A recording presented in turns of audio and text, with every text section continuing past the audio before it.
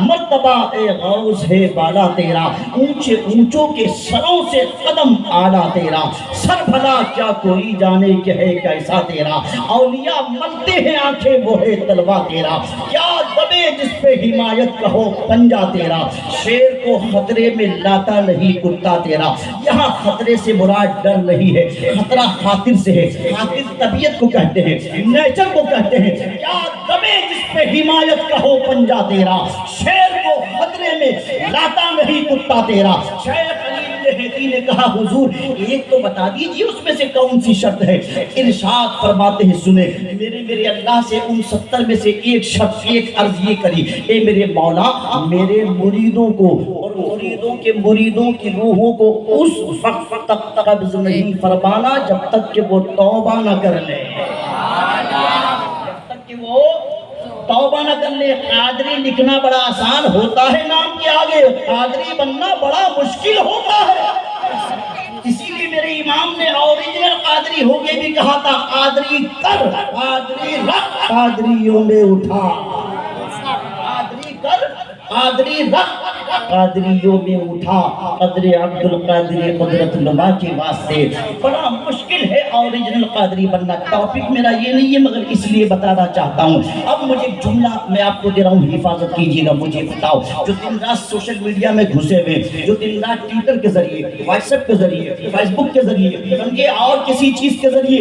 دن رات اپنے وقت کے محقق کے اعلیٰ بنے ہوئے ہیں، کبھی اعلیٰ حضرت کی شان میں گستاخی، کبھی محبوب سمنا کی شان میں گستاخی، کبھی میلاد النبی پر شرک کے فتوے، کبھی جلوس پر شرک کے فتوے، کبھی جھنڈے لگانے پر شرک کے فتوے۔ انشاءاللہ میں ایک چیز کو ثابت کروں گا قرآن و حدیث سے، سنیے بات یہ ہے، ایک جملے میں میں پورے مفہوم کو نکال کے پیش کر رہا ہوں، یاد رکھو جن کو مشہور ہونے کا بخار چلا ہے سوشل میڈیا کے ذریعے، دنیا چاہتی لوگ مجھے جانے، لوگ مجھے پہچانے، میں ان سے پورے ملک میں جملہ کہتا ہوں، سنیے، مشہور ہونا کمال نہیں ہوتا ہے، مقبول ہونا کمال ہوتا ہے۔ بہت اچھے بہت بات اچھے۔ نہیں ہوتی ہے، مقبول ہونا بڑی بات ہوتی ہے۔ اگر غوث پاک جس طرح 25 سال تک مدائن کے جنگلوں میں گئے، غوث پاک نے کیوں نہیں سوچا جب دنیا کو کٹ آف کر دوں گا، اہل بغداد سے رشتہ منقطع ہو جائے گا تو مجھے کوئی جانے گا کیسے، مجھ کو پہچانے گا کیسے، لوگ سلسلے میں کیسے داخل ہوں گے، مرید کیسے بنیں گے، فالوور کیسے ہوں گے؟ مگر سنے، جس غوث نے 25 سال تک بغداد کو کٹ آف کیا، اللہ پاک نے قسمیں دے دے کہ بغداد میں بھیجا، وہ غوث جو دنیا کو تر کر کے مدائن کے جنگلوں میں پہنچا تھا، آج میرے اللہ نے اسی غوث کی 11ویں گھر گھر میں کروا دی۔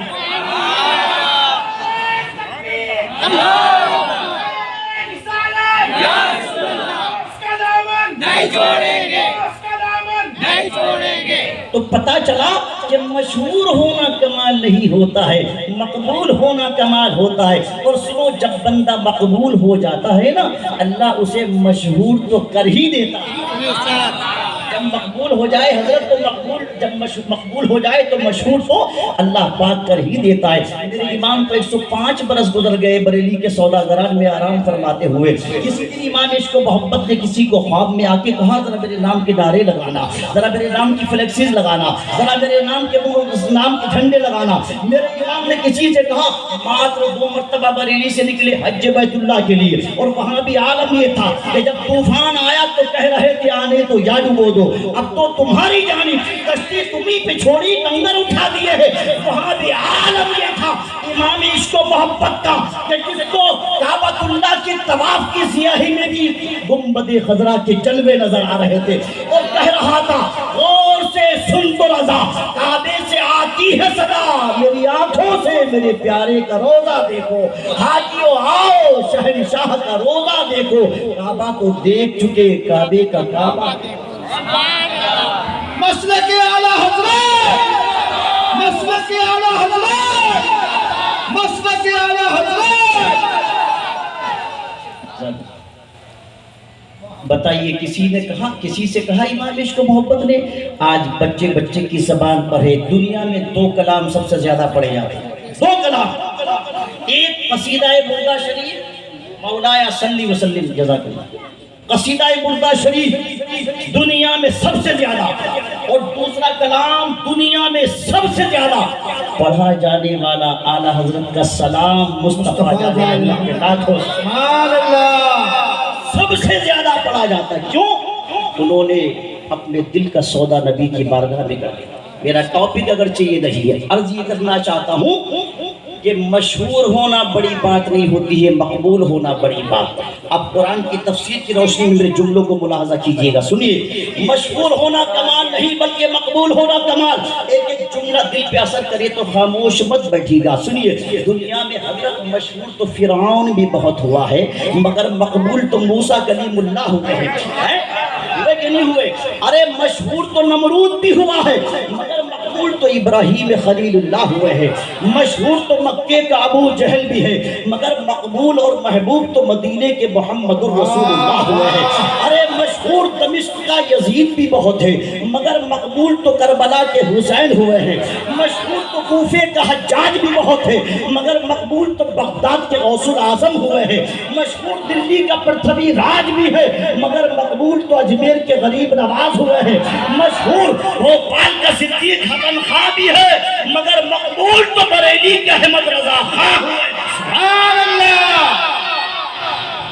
مشہور ہونا کمال نہیں ہوتا ہے، مقبول ہونا کمال ہے نا۔ جو مقبول ہو جائے میرا رب اسے مشہور بھی کر دیتا ہے۔ میری باتوں سے اتفاق ہے آپ کو؟ میری باتیں سمجھ میں آ رہی؟ آگے بڑھوں، اجازت ہے؟ اجازت ہے۔ لِتُؤْمِنُوا بِاللَّهِ وَرَسُولِهِ، ایمان لاؤ اللہ اس کے رسول پر۔ اب ایمان لاتے ہی رب نے یہ نہیں فرمایا کہ چلو مسجد پڑھو نماز۔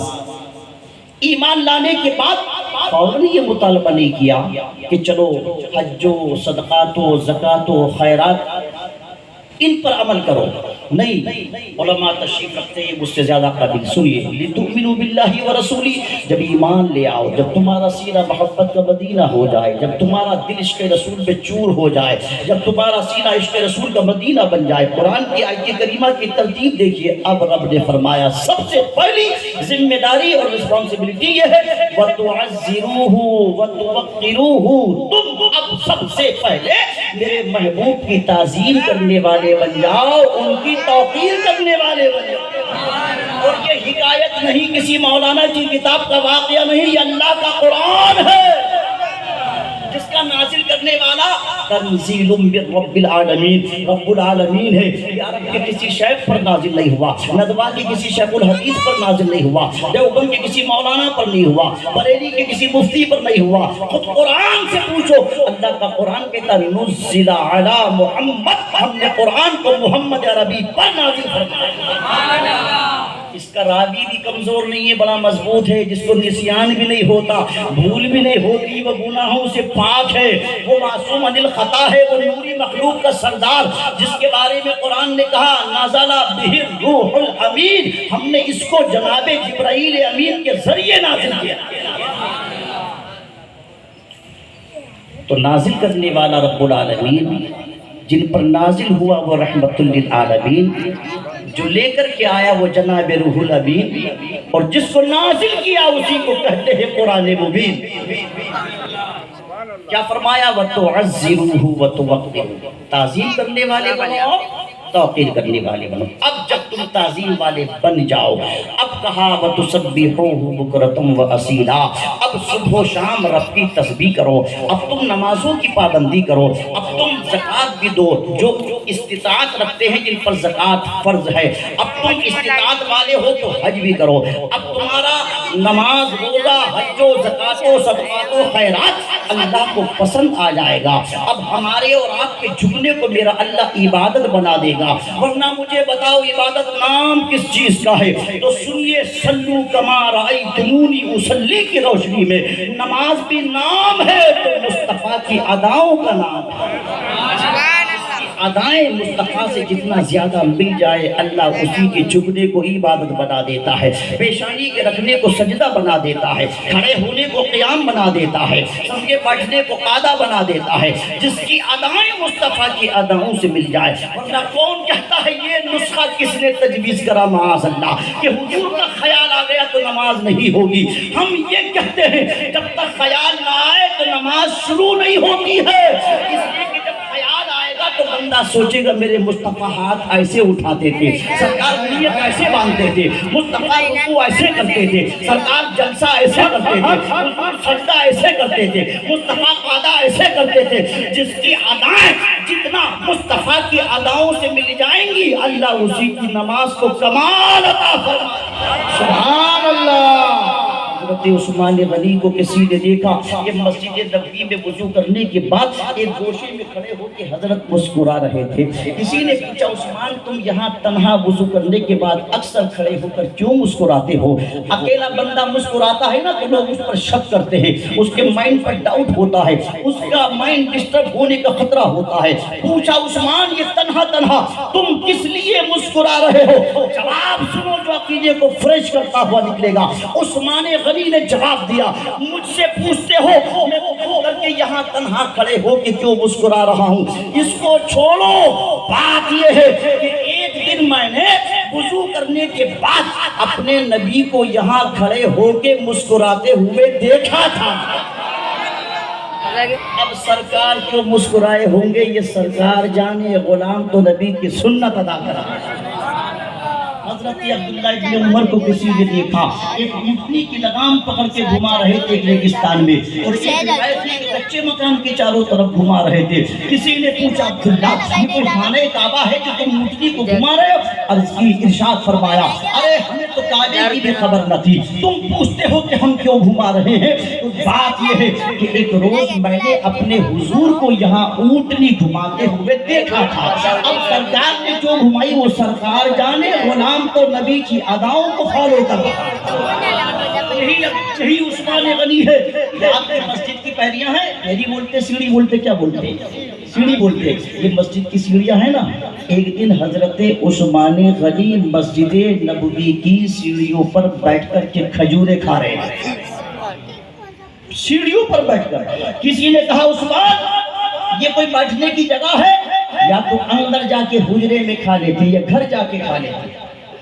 تو بات تو صحیح کہی، اگر امام صاحب یہاں بیٹھ کے کھائیں تو امامت خطرے میں پڑ سکتی ہے۔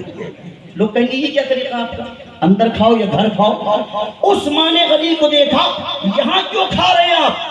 جواب سنیے، مسکرا کے ارشاد فرمایا بات یہ ہے کہ میں نے اپنے آقا کو ایک روز یہاں کھجورے کھاتے ہوئے دیکھا تھا۔ اب حضور نے کس سچویشن میں کھائی وہ تو سرکار جانے، غلام کو نبی کی سنت ادا کر رہا۔ اس کو کہتے ہیں ایمان۔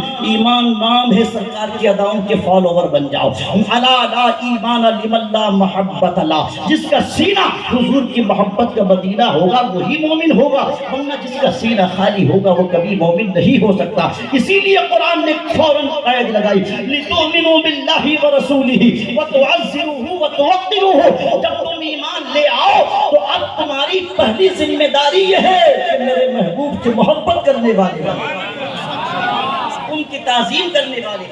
اب مجھے بتائیے آپ تعظیم کرنے والے اگر بن جاتے اور واقعی مومن ہوتے، جان کر کے نہیں ہوتے، جاننے والے نہ ہوتے بلکہ ماننے والے ہوتے، تو پھر یہ کیوں کہتے کہ بھئی یہ بتاؤ یہ تم نے ڈیکوریشن کیا، یہ جھنڈے لگائے، یہ 12 روز سے محفلیں ہو رہی، یہ کیا حضور کے زمانے میں ہوئی؟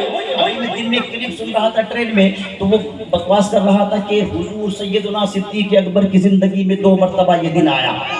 کبھی انہوں نے میلاد منایا، فاروق اعظم کی زندگی میں 10 مرتبہ آیا۔ کبھی انہوں نے میلاد النبی سیلیبریٹ کیا، عثمان غنی کی زندگی میں 12 مرتبہ آیا۔ انہوں نے کبھی میلاد النبی کو منایا، مولا علی کی زندگی میں 4 یا 5 مرتبہ آیا۔ انہوں نے کبھی میلاد منایا۔ اب میں آپ کو جواب بتاؤں، بالکل ہندی کی چندی اردو کی سردو کر کے الزامی جواب، 1400 سال سے ہم لوگ ہی جواب دے رہے ہیں، ہمارے علماء جواب دیتے ہیں، مگر یاد رکھو اب جواب دینا چھوڑ دیجئے، سوال کرنا شروع کر دیجئے۔ جو یہ کہے اور بہکائے سوشل میڈیا کے ذریعے کہ 2 سال صدیق اکبر، 10 برس فاروق اعظم، 12 برس عثمان غنی، 5 برس مولا علی، انہوں نے کبھی میلاد منایا؟ اس سے پوچھو، جواب سکھا رہا ہوں سن لیجئے، اس سے کہو 2 برس صدیق اکبر کی زندگی میں یہ دن آیا، انہوں نے کبھی منع فرمایا؟ انہوں نے کبھی منع کیا؟ 10 برس تک حضرت فاروق اعظم کی زندگی میں آیا، ان کے دور خلافت میں کہیں ایک جملہ دکھاؤ انہوں نے منع فرمایا؟ عثمان غنی کی خلافت کے دور میں 12 برس تک آیا، کہیں منع فرمایا؟ مولا علی کے یہاں 4 یا 5 برس تک آیا، کبھی منع فرمایا؟ اب رہا سوال یہ کہ آپ اس کو قرآن میں دکھاؤ یا حدیث میں دکھاؤ صراحت کے ساتھ، وہ عدلہ شریعہ چھوڑ دیجئے، باریک بات ہوگی بہت آسان، موٹی موٹی عرض کر دو سنیے۔ بات یہ ہے کہ کوئی کہے کہ قرآن میں دکھاؤ حدیث میں دکھاؤ، تو بالکل آسان ایک مثال دے رہا ہوں، یاد کر لیجئے قیامت تک کے لیے انشاءاللہ صبح قیامت تک کوئی بندہ اس جواب کا جواب لے کر نہیں آ سکتا۔ جو یہ کہتا ہے کہ کیا قرآن میں یا حدیث میں لکھا کہ لائٹیں لگاؤ، ڈیکوریشن کرو، خوشیاں مناؤ، میں ثبوت ابھی پیش کروں گا مگر ایک الزامی جواب۔ علماء تشریف رکھتے ہیں، حضرت امام بخاری کو جانتے سب لوگ، ان کے نام سے کہہ دیجئے سبحان اللہ۔ امام بخاری کی ذات سب کے یہاں والد، بخاری کے بغیر کسی کا کام نہیں چلتا۔ امام بخاری نے 16 برس میں مواج شریف میں بیٹھ کر کی بخاری شریف کو ترتیب دیا۔ کتنے برس میں؟ 16 برس۔ 16 برس کی عمر میں گئے تھے اپنی ماں کے ساتھ حج کے لیے، ماں سے کہا ماں تو گھر واپس جا، میں نبی کی بارگاہ میں بیٹھ کے حدیثیں لکھنی۔ علم حدیث پر کام کیا 16 برس۔ امام بخاری کے بارے میں آتا ہے کہ جب بھی وہ حضور کی، اچھا آپ حدیث تو سمجھتے ہیں نا، حدیث کہتے ہیں جو حضور نے اپنی زبان سے کلمات، جملے، سینٹنس جو بولی ارشاد فرمائی اس کو کہتے ہیں حدیث۔ جو سن کر کے آگے بیان کرے اسے کہتے بیان کرنے والے کو راوی۔ سمجھ آ رہی بات؟ حدیث کی قسمیں ہوتی ہیں قولی، فعلی، ثبوتی، وہ الگ چیز ہے۔ جو حضور نے زبان سے کہا وہ قول، جو کر کے دکھایا وہ فعل، اور جس پر نہ زبان سے کچھ کہا نہ کر کے دکھایا بلکہ حضور کے سامنے کسی نے کوئی عمل کرا اور میرے مصطفیٰ اس پر خاموش رہے تو یہ بھی شریعت بنتی ہے اور حدیث کہلاتی ہے۔ سرکار چلے تب بھی حدیث، مصطفیٰ بیٹھے تب بھی شریعت، حضور سوئے تب بھی شریعت، سرکار جاگے تب بھی شریعت، حضور بولے تب بھی شریعت، اور مصطفیٰ خاموش رہے تب بھی شریعت۔ آپ کہیں گے خاموش رہے کہ کیسے شریعت؟ ایک شخص نے پوچھا یا رسول اللہ کیا حج ہم پر ہر سال فرض ہے؟ سرکار خاموش ہے۔ پھر پوچھا حج ہر سال فرض ہے؟ سرکار خاموش رہے۔ پھر پوچھا کیا حج ہر سال فرض ہے؟ سرکار خاموش رہے۔ نبی نے ارشاد فرمایا زیادہ سوالات نہ کیا کرو، اگر میں یہ کہہ دیتا کہ ہاں حج ہر سال ہی فرض ہے تو اللہ کی عزت کی قسم حج ہر سال ہی فرض ہو جاتا۔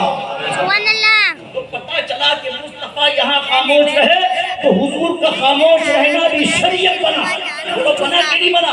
یہاں خاموش رہنا بھی سرکار کا بولو شریعت بنا۔ وہ حدیث کی قسمیں اب حضرت امام بخاری نے حدیثوں کو جمع کرنا شروع کیا۔ علماء تشریف فرما پوچھئے گا کہ جب بھی حضور کی حدیث لکھتے تھے تو لکھنے سے پہلے نیا غسل کرتے تھے، نیا غسل کرتے، نیا وضو کرتے، 2 رکعت نماز نفل پڑھتے، استخارہ کرتے، پھر حضور کی حدیث کو قلم اٹھا کر کے لکھا کرتے تھے۔ اچھا گرمی کا موسم بھی آتا ہے، سردی کا موسم بھی آتا، فرض کر لیجئے دن میں امام بخاری نے اگر 10 حدیثیں لکھی تو 10 مرتبہ غسل کیا۔ آ رہی ہے بات سمجھ میں؟ تو آپ کے بولو سبحان اللہ۔ آنے والا چٹکلے سنانے والا مقرر نہیں ہوں، میں کوشش کرتا ہوں کہ ایک ایک منٹ بڑا قیمتی ہے، میں اپنی باتوں سے اپنے قوم کے ضمیر کو بیدار کر دوں۔ آپ مجھ سے ہنسانے کی امید، لطیفوں کی، چٹکلوں کی نہ رکھیں، صرف قرآن و حدیث سنیں، بہت اچھا آپ سن لیں، اللہ کرے یہ سب آپ کے ذہن و دماغ میں اتر جائے۔ اللہ آپ کو سلامت رکھے، بہت اچھی آپ کی سماعت ہے ماشاءاللہ۔ اب امام بخاری ہر حدیث کو لکھنے سے پہلے نیا غسل کرتے، اسی لیے تو 16 سال لگے، نیا وضو کرتے۔ اب میں آپ سے ایک سوال کرتا ہوں علماء کی موجودگی میں، یہ بتائیے کہ امام بخاری جو یہ عمل کرتے ہیں، حضرت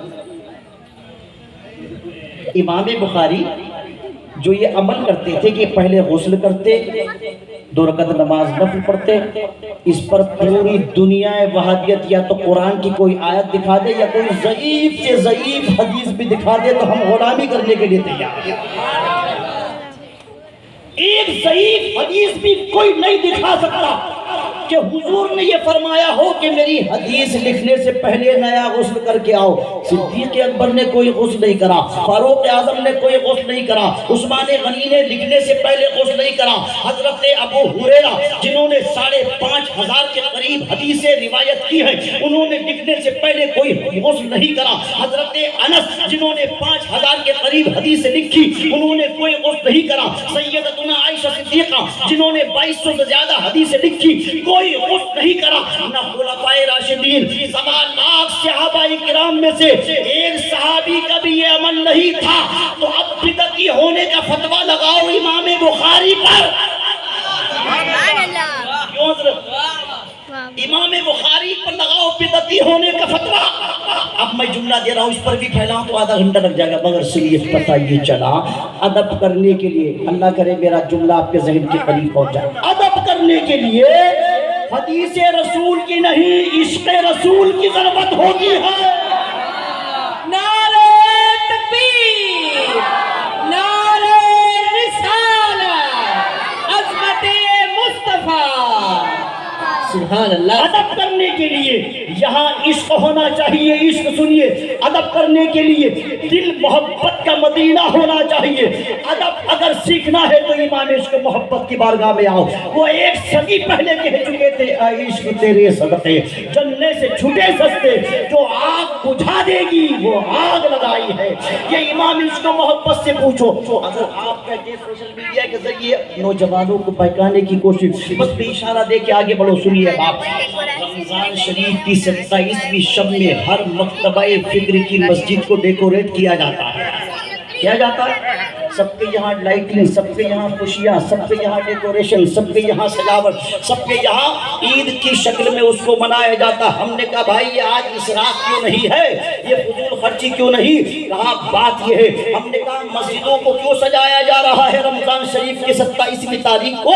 کہا بات یہ ہے کہ آج قرآن آیا ہے اس لیے مسجدیں سجائی جا رہی ہیں، قرآن نازل ہوا ہے، سمجھے، اِنَّا أَنزَلْنَاهُ فِي لَيْلَةِ الْقَدْرِ، لَيْلَةُ الْقَدْرِ خَيْرٌ مِّنْ أَلْفِ شَهْرٍ، لَيْلَةُ الْقَدْرِ خَيْرٌ، 1000 مہینوں سے بہتر اللہ نے اس رات کو بنایا۔ کیوں؟ ایک لمحے میں قرآن لوح محفوظ سے آسمان اول پہ آ گیا تھا، ایک لمحے میں۔ ہم نے کہا آج ڈیکوریشن فضول خرچی نہیں، کہا نہیں، آج چونکہ قرآن آیا۔ بس سیدھا سیدھا جواب سنیے، جواب دیجئے کہ اگر رمضان کی 27ویں تاریخ کو قرآن آیا ہے تو 12ویں شب میں صاحب قرآن تشریف لائے۔ نعرہ تکبیر، نعرہ رسالت، عظمت مصطفیٰ، سرکار کی آمد، سبحان اللہ، سبحان اللہ۔ جواب یاد رہے گا، اگر لیلۃ القدر میں قرآن آیا تو 12 ربیع الاول کو صاحب قرآن تشریف لائے۔ صاحب قرآن پہلے آئے، قرآن بعد میں آئے، کیوں حضرت؟ صاحب قرآن پہلے تشریف لائے، قرآن بعد میں آیا۔ بڑے آسان جملوں میں سمجھ لیجیے گا کہ اگر صاحب قرآن تشریف نہیں لاتے تو کیا قرآن آتا؟ بولو، قرآن آتا؟ اگر حضور تشریف نہیں لاتے تو نہ قرآن ملتا، نہ عرفان ملتا، نہ اسلام ملتا، نہ ایمان ملتا، نہ سب سے بڑھ کر وہ رہبان ملتا۔ جو کچھ ملا ہے وہ حضور کی تشریف آوری کے صدقے میں ملا ہے۔ اب رہا سوال یہ، کہتے چلو جس رات حضور آئے تھے اس رات منا لیتے آپ خوشیاں، اب 1400 سال 1450 سال سے منا رہے ہیں، ہر سال تو حضور پیدا نہیں ہوتے۔ تو ہم نے کہا ہر سال تو پیدا نہیں ہوتے، کہا پھر؟ تو میں نے کہا قرآن بھی تو 1450 سال پہلے آیا تھا، جس رات آیا تھا اس رات منا لیتے، ہر رات تو قرآن نہیں آتا، ہر سال قرآن تھوڑی آتا۔ بولے نہیں، بات یہ ہے کہ جس رات قرآن آیا تھا اس ایک لمحے کی برکتوں نے اس رات کو قیامت تک کے لیے شب قدر بنا دیا۔ تو ہم نے کہا سنو، ہر سال تو نبی پیدا نہیں ہوتے، مگر جس سال پیدا ہوئے تھے حضور کے میلاد کی وجہ سے اللہ نے اس رات کو قیامت تک کے لیے شب قدر سے بھی افضل بنا دیا۔ نعرہ تکبیر، اللہ اکبر، نعرہ رسالت، یا اللہ، محمد النبی، زندہ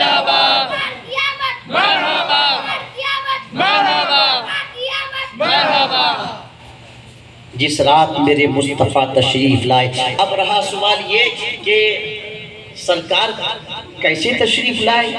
ہم نے کہا بھئی ہم تمہارا بھی میلاد منا لیتے، کچھ کر کے تو دکھاؤ. آپ کچھ کرو تو سی، آپ تو نہ کر رہے ہو نہ کرنے دے رہے ہو، بلا وجہ پریشان کر رہے ہو. سنی میلاد منا رہے ہیں اس لیے منا رہے. اب میں ابھی حالانکہ قرآن و حدیث کے دلائل نہیں دے رہا ہوں، انشاءاللہ اتنے دوں گا کہ صبح کو فجر ہو جائے. سنیے، بات یہ ہے کہ اگر جس طرح عام آدمی پیدا ہوا سرکار بھی ایسے ہی پیدا ہوتے تو ہم میلاد نہ مناتے، مگر ہم پیدا ہوئے تو مکان نہیں ہلا، حضور تشریف لائے تو کائنات ہل گئی. سیدہ آمینہ کہتے ہیں ہمارے مکان کی چھت پر آسمان اول کے ستارے آ گئے، یوں لگا کہ ستارے نیچے آ گئے. حضرت شفا کہتی ہے میں نے آسمان کے ستاروں کو آمینہ کے گھر کی چھت پر دیکھا. دیوار کعبہ جھک گئی. یہ مشہور روایتیں آپ نے مجھ سے پہلے ہزاروں بار سنی ہوں. نشر الدین میں مولانا اشرف علی تھانوی نے یہ سب لکھی ہے یہ، سمجھے. اور حضور نے خود فرمایا دعوت ابراہیم میں ابراہیم کی دعا وہ بشارت عیسیٰ علیہ السلام کی خوشخبری ہوئی. خود کہا کہ میں اپنی والدہ کا وہ چشمدید منظر ہوں جو میری پیدائش کے وقت میری ماں نے دیکھا. کیا دیکھا؟ کہ جب ان کے جسم مبارک سے ایک نور خارج ہوا تو کہتی ہے کہ جب میرا بیٹا میرے شکم سے باہر آیا تو اس نور کی روشنی میں مجھے مکے میں میری مکان میں بیٹھ کر کے ملک شام کے محل نظر آ گئے. اب مجھے بتائیے اس طرح کسی کی پیدائش ہوئی؟ کوئی اور دنیا میں اس طرح آیا؟ اچھا اب وہ کہتے کہ حضور 12 کو آئے اور حضور کا وصال بھی 12 کو ہوا، تو آنے کی خوشی تو مناتے ہیں آپ لوگ، جانے کا غم کیوں نہیں مناتے؟ بات سمجھ میں آ رہی؟ آنے کی خوشی مناتے ہیں حضرت، جانے کا غم. پہلی بات تو سرکار کی تاریخ پیدائش بھی اختلاف ہے. راجح قول 12 ربیع الاول شریف ہے، اسی پر ہر مسلمان عمل کرتا ہے. میں بہت آسان سمپل لفظوں میں جواب دوں، جو بولی یہ بولتا ہے کہ آنے کی خوشی مناتے ہو جانے کا غم کیوں نہیں مناتے؟ ہم نے کہا بے وقوف سن، جانے کا غم اس کا مناتے ہیں جو جانے کے بعد مردہ ہو. میرے سرکار تو جانے کے بعد بھی زندہ ہے، غم کیوں منائے حضرت؟ حضور تو جانے کے بعد بھی زندہ. علماء تشریف فرما پوچھئے، سرکار فرماتے حیاتی خیر لکم و مماتی خیر لکم، میرا دنیا میں آنا بھی رحمت ہے اور دنیا سے جانا بھی رحمت ہے. فرماتے میرا آنا بھی رحمت اور جانا بھی رحمت ہے. آپ کہیں گے آنا تو سبھی کا رحمت ہوتا ہے پر جانا تو زحمت ہوتا ہے. گھر میں بچہ پیدا ہو تو مٹھائیاں بٹتی ہیں، بچہ پیدا ہو تو سیلیبریشن ہوتا ہے، بچہ پیدا ہو تو خوشیاں منائی جاتی ہیں، مگر جب انتقال ہو باپ کا تو بیٹا غمگین ہوتا ہے اور بیٹے کا ہو تو باپ کی کمر جھک جاتی ہے. مگر نبی فرماتے ہیں میرے امت کے افراد سنو، میرا معاملہ وہ نہیں ہے. میرا دنیا میں آنا بھی بے مثال ہے، حضور کا دنیا سے جانا بھی بے مثال ہے. آقا کا آنا بھی رحمت ہے، سرکار کا جانا بھی رحمت ہے. ایک مثال سے ٹھہر کے میں بات ذہن و دماغ میں اتار دو، سنیے گا بہت غور سے اس نکتے کو سمجھیے. بات سمجھ نہیں آتی کہ آنا تو رحمت ہے پر جانا کیسے رحمت ہوگا؟ تو ایک مثال سے بہت سمپل لفظوں میں سمجھیے گا. جس طرح سورج کا نکلنا ضروری ہوتا ہے اسی طرح سورج کا ڈوبنا بھی ضروری ہوتا ہے. کیوں حضرت؟ اگر سورج نہ نکلے تو دنیا میں اندھیرا رہے اور سورج غروب نہ ہو تو ان ستاروں کو چمکنے کا موقع نہیں ملے. حضرت یہ ستارے اسی وقت چمکتے ہیں نا جب یہ سورج پردہ کر لیتا ہے، یہ آڑ میں ہو جاتا ہے، پھر ان ستاروں کو چمکنے کا موقع مل جاتا ہے. دن بھر یہ سورج سے روشنی حاصل کرتے ہیں، سورج پردے میں جاتا ہے، ستاروں کو چمکنے کا موقع ملتا ہے. بلا تشبیہ و تمثیل سمجھ جائیے میرے آقا نبوت کے بھی سورج ہیں، رسالت کے بھی سورج ہیں، امامت کے بھی سورج ہیں، ولایت کے بھی سورج ہیں، شہادت کے بھی سورج ہیں، قیادت کے بھی سورج ہیں. حضور کا دنیا میں تشریف لانا بھی ضروری تھا اور میرے مصطفیٰ کا دنیا سے پردہ فرمانا بھی ضروری تھا. اگر مصطفیٰ دنیا میں تشریف نہ لاتے تو ہدایت کا اجالا نہیں پھیلتا اور حضور دنیا سے پردہ نہیں فرماتے تو ان غلاموں کو کمال دکھانے کا موقع نہیں ملتا. بلا تمثیل تفصیل سمجھ جائیے.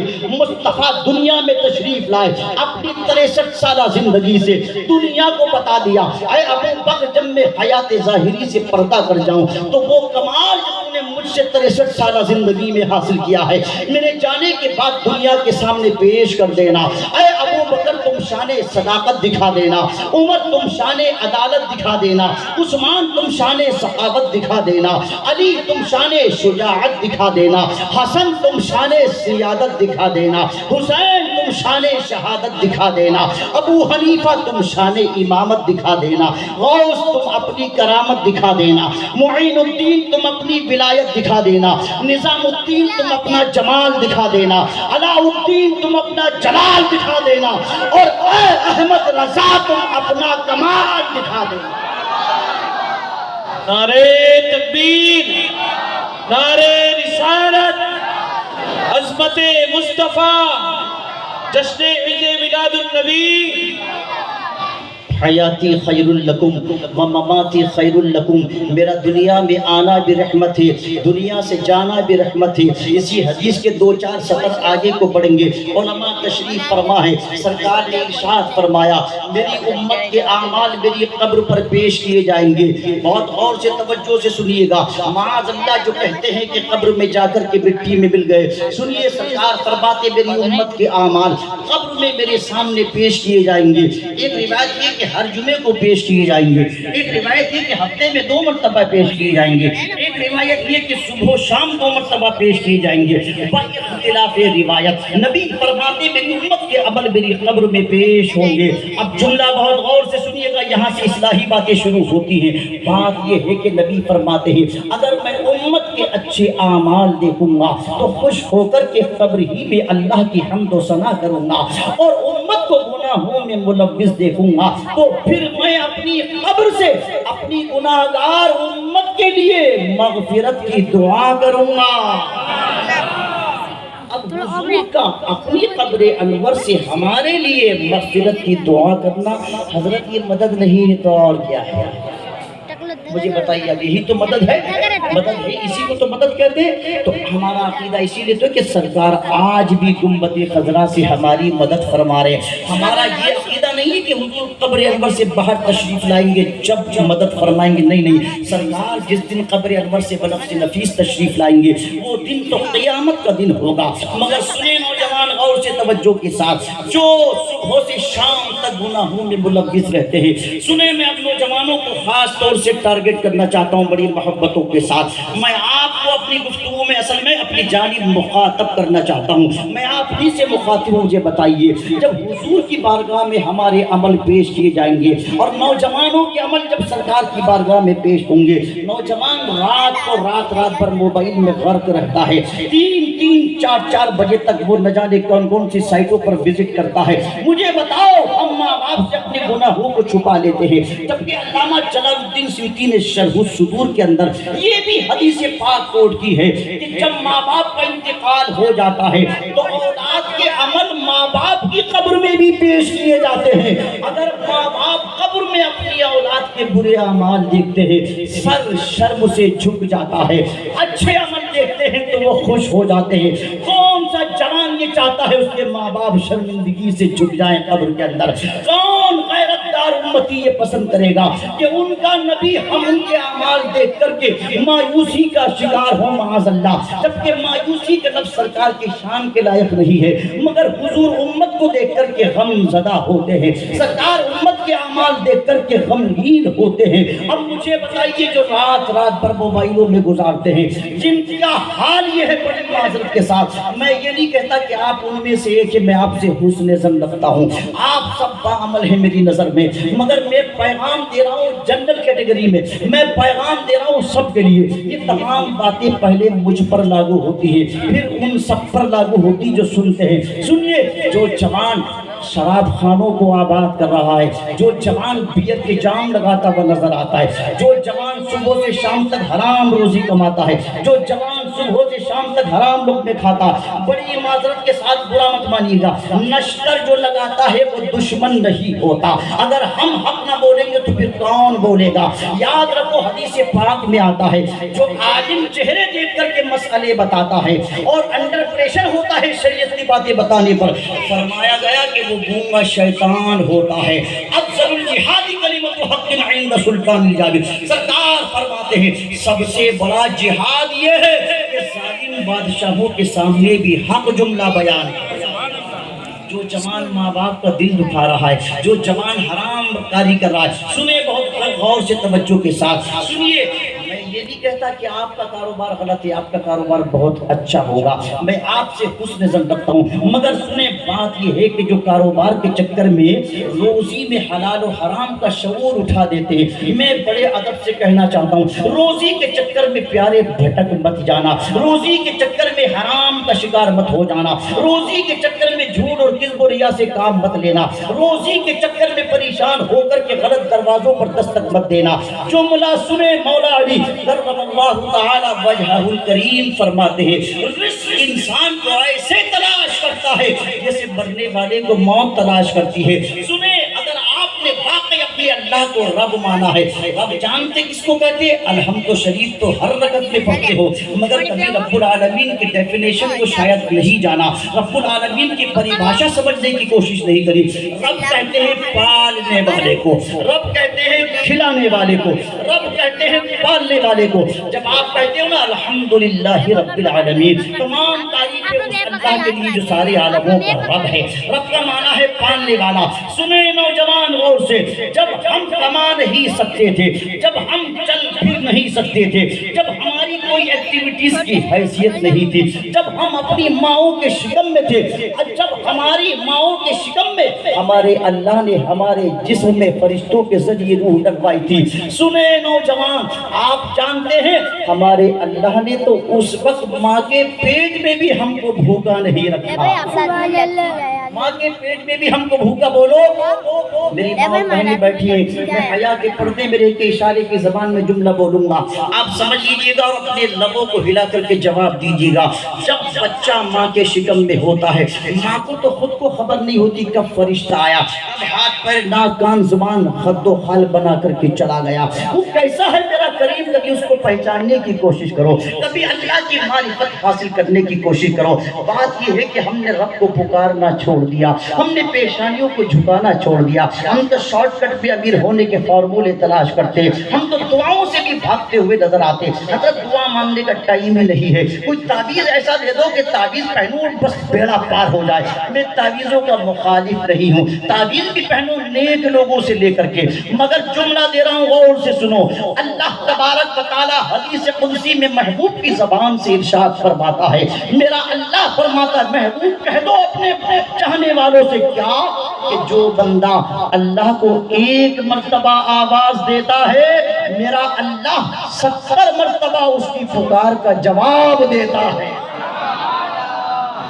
70 مرتبہ اس کی پکار کا جواب دیتا ہے۔ آج ہم نے رب کو پکارنا چھوڑ دیا، آج ہم نے میری ماں اور بہنیں نہ جانے کون کون سے باباؤں کے آستانے پر جا کر کے عزتوں کا سودا کر بیٹھتی ہیں، کہاں کہاں اپنے ایمان کو لٹوا دیتی ہے، کہاں کہاں ارتداد کا شکار ہو جاتی ہے۔ سنیں بہت غور سے، جب جب ضرورت پیش آئے، جب جب تمہیں ضرورت پیش آئے، اس وقت تم کہیں اور نہیں، اپنی پیشانی اپنے مولا کی بارگاہ میں رکھ دینا۔ میرا اللہ ارشاد فرماتا ہے حدیث قدسی میں، جو بندہ یا بندی میری جانب چل کر کے آتا ہے، میں دوڑ کر کے اس کی طرف جاتا ہوں، یعنی میری رحمتیں دوڑ کر کے اسے ڈھانپ لیتی ہیں، میری رحمتیں دوڑ کر کے۔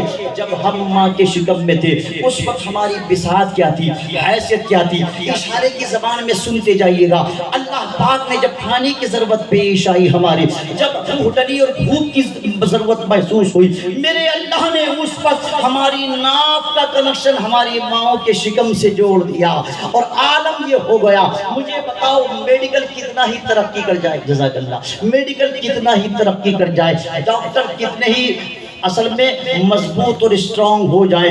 دنیا کا کوئی ڈاکٹر بتا سکتا ہے کون سرجن ہے جو ماں کے شکم میں جا کے بچے کی ناف کا کنیکشن ماں سے کر دیتا ہے اور وہ بلڈ جو ماں کو آتا ہے وہ بچے کی غذا بن جاتا ہے۔ نوجوان بہت غور سے توجہ سے سنیے گا، جو اللہ ماں کے شکم میں روزی پہنچا دیتا ہے، اور اتنا ہی نہیں، وہ چاہتا تو منہ کے ذریعے بھی روزی پہنچا دیتا۔ اللہ نے ماؤں کے شکم میں ہمارے منہ کو پاک رکھا۔ اگر ماں کے پیٹ میں منہ میں پانی چلا جائے جان خطرے میں پڑ جائے۔ دنیا میں بچہ آیا پیدا ہوا، دودھ منہ سے پیتا ہے، گھٹی منہ سے پیتا ہے، شہد زبان سے چاٹتا ہے، مگر یاد رکھو یہی بچہ جب ماں کے شکم میں ہوتا ہے اب منہ کو پاک رکھا، زبان کو پاک رکھا، اب اس کا ناف کا کنیکشن ماں کے کنیکشن سے ہو گیا، اب پیٹ میں غذا پہنچا دی گئی۔ سنیں نوجوان، اللہ چاہتا تو ماں کے شکم میں زبان کے ذریعے بھی پہنچا سکتا تھا۔ جملہ سنو چاہے پوری تقریر بھول جانا، مگر اس جملے کو یاد رکھنا۔ ابھی غور کیا میرے اللہ نے ہماری زبانوں کو ماں کے شکم میں کیوں پاک رکھا؟ اس لیے پاک رکھا تھا کہ اس زبان سے بندہ دنیا میں جا کر کے قرآن کی تلاوت کرے گا، حدیث مصطفیٰ کو پڑھے گا، نعت و منقبت کے نغمے گائے گا، اللہ رب العزت کا نام لے گا، مصطفیٰ کی شان بیان کرے گا۔ میرے اللہ نے ہماری زبان کو اس گندے خون سے ماں کے شکم میں پاک رکھا۔ اب حیرت ہوتی ہے جس زبان کو اللہ نے ماں کے پیٹ میں پاک رکھا تھا، آج کا جوان اسی زبان پر دنیا پہ آنے کے بعد شراب کے جام لگاتا ہوا نظر آتا ہے، اس سے کہیں زیادہ گندی بیئر کے جام لگاتا ہوا نظر آتا۔ پھر کہتا ہاشمی صاحب ہم تو اس لیے پیتے تاکہ باڈی بن جائے، اس لیے پیتے تاکہ ہمارا جسم بن جائے۔ پیارے اگر باڈی بنانی تھی تو غذائیں کھا، مگر سنو ایک مولا علی فرماتے ایک قطرہ شراب کا بہتے دریا میں گر جائے، دریا سوکھ جائے، اس پر سبزہ اگ جائے، کہتے اپنی بکری کو بھی نہیں کھلاؤں گا۔ معراج کے سفر میں حضور نے ایک وادی کو دیکھا، باوجود علم کے میرے مصطفیٰ نے ارشاد فرمایا جبرائیل یہ کون لوگ ہیں؟ سرکار کے دل نازک پہ صدمہ ہوا۔ نبی فرماتے وہ لوگ دیکھے جہنم کی ایک وادی میں جن کا نیچے کا ہونٹ تو قدموں میں پڑا ہوا تھا، اوپر کا ہونٹ کمر کے پیچھے پڑا ہوا تھا، العطش العطش کی آوازیں آ رہی تھی، خون اور پیپ میں غوطے لگا رہے تھے، دل نازک پہ مصطفیٰ کے صدمہ ہوا۔ باوجود علم کے ارشاد فرمایا جبرائیل یہ کون لوگ ہیں؟ سر جھکا کے جبرائیل کہتے ہیں یا رسول اللہ یہ آپ کی امت کے وہ لوگ ہیں جن کی زبان کو ان کے مولا نے ماں کے شکم میں تو اس خون سے پاک رکھا تھا، مگر یہ دنیا میں آ کر شراب پیا کرتے تھے، دنیا میں بیئر پیا کرتے تھے۔ آگے چلے تو ایک وادی کو دیکھا، ان کے پیٹ ایک ایک مکان کے برابر ہو گئے، ایک کمرے کے برابر ہو گئے، آگ کے شعلے اس کے اندر بھٹک رہے ہیں، العطش کی آوازیں آتی ہیں، پانی مانگتے ہیں، فرشتے پانی دیتے ہیں، ایک گھونٹ پیتے ہیں، آتے کٹ کے نیچے گر جاتی ہے۔ پوچھا یہ کون لوگ ہیں؟ کہا یہ وہ ہیں جو دنیا میں سود کھایا کرتے ہیں، جو دنیا میں تقریر اس لیے ہوتی جلسے اس لیے ہوتے کہ قوم کی اصلاح ہو جائے، میں آپ کو خوش کر کے جنت کے ٹکٹ بانٹ کر کے چلا جاؤں۔ یہ ون سائیڈڈ گفتگو مجھ سے نہیں آتی، بڑی معذرت کے ساتھ۔ یاد رکھو حق وہ ہے جو ہمیشہ سر چل کے بولتا ہے۔ تصویر کے دونوں رخ میں آپ کو دکھا کے رخصت ہو جاؤں گا۔ لوگ کہیں گے جب قیامت آئے گی دیکھی جائے گی، جب میدان محشر ہوگا دیکھا جائے گا، جب میزان عمل قائم ہوگا دیکھا جائے گا، جب پل صراط لگے گا دیکھا جائے گا۔ چلو جب تو دیکھا جائے گا، مگر پیارے موت تو ایک لمحے کے بعد بھی آ سکتی ہے۔ موت میں تو کچھ نہیں دیکھا جائے گا، موت تو ایک منٹ کے بچے کو بھی آتی ہے، 100 سال کے حضرت بوڑھے کو بھی آتی ہے۔ دنیا میں ہر مسئلے پر کنٹروورسی ہے، ہر مسئلے پر اختلاف ہے، کہیں زبانی اختلاف ہے، کہیں لسانی اختلاف ہے، کہیں سرحدی اختلاف ہے، کہیں دولت کا اختلاف ہے، کہیں شہرت کا اختلاف ہے، کہیں کالے گورے کا اختلاف ہے، کہیں عربی اجمی کا اختلاف ہے، مگر موت ایک ایسا مسئلہ ہے جس پر ساری دنیا متفق ہے۔ سنیں غور سے میری ماں اور بہنیں، میں کتاب کا حوالہ دے رہا ہوں، نوٹ کیجئے۔ علامہ جلال الدین سیوطی فرماتے شرح الصدور کے اندر حدیث پاک عبداللہ بن عباس کے حوالے سے فرماتے ہیں جب موت کا فرشتہ آتا ہے اور نزع کی سچویشن کریٹ ہوتی ہے اور ناخنوں سے روح نکلنا شروع ہوتی ہے اور ماتحت فرشتے روح کو یہاں تک لے کے آتے ہیں اسرائیل علیہ السلام کے تو یاد رکھو عالم یہ ہوتا ہے. نبی رحمت نے ارشاد فرمایا کہ جب روح یہاں آ کے روک دی جاتی ہے اور حضرت اسرائیل پھر یہاں سے اپنے دستے کرم سے اس کو قبض کر لیتے ہیں تو سنیں ایک ایک روایت کوٹ کر رہا ہوں. علامہ جلال الدین سیوطی فرماتے اس وقت جو جھٹکے لگتے ہیں نزعہ کے, اس وقت جو درد کے جھٹکے لگتے ہیں, نبی فرماتے ہیں 1000 تلوار کے بعد ایک ساتھ کر دیے جائیں تو اتنی تکلیف نہیں ہوتی ہے جتنی کہ روح نکلتے وقت ہوتی ہے. ایک صحابی نے پوچھا یا رسول اللہ اگر اتنی تکلیف ہوتی تو وہ مرنے والا کچھ کہتا کیوں نہیں؟ وہ تو سائلنٹ موڈ پر ہو جاتا ہے, وہ تو خاموش رہتا ہے, وہ تو بے ہوشی اور سکوت کے عالم میں ہوتا ہے. جملہ سنو یاد کر لو. نبی نے ارشاد فرمایا کہ روح نکالنے سے پہلے فرشتے اس کے بدن کو رسیوں سے باندھ دیتے ہیں. رسیوں سے, توجہ ہے آپ کی, رسیوں سے باندھ دیتے ہیں. پوچھا یا رسول اللہ رسیوں سے کیوں کر باندھتے ہیں اس کو؟ فرمایا اس لیے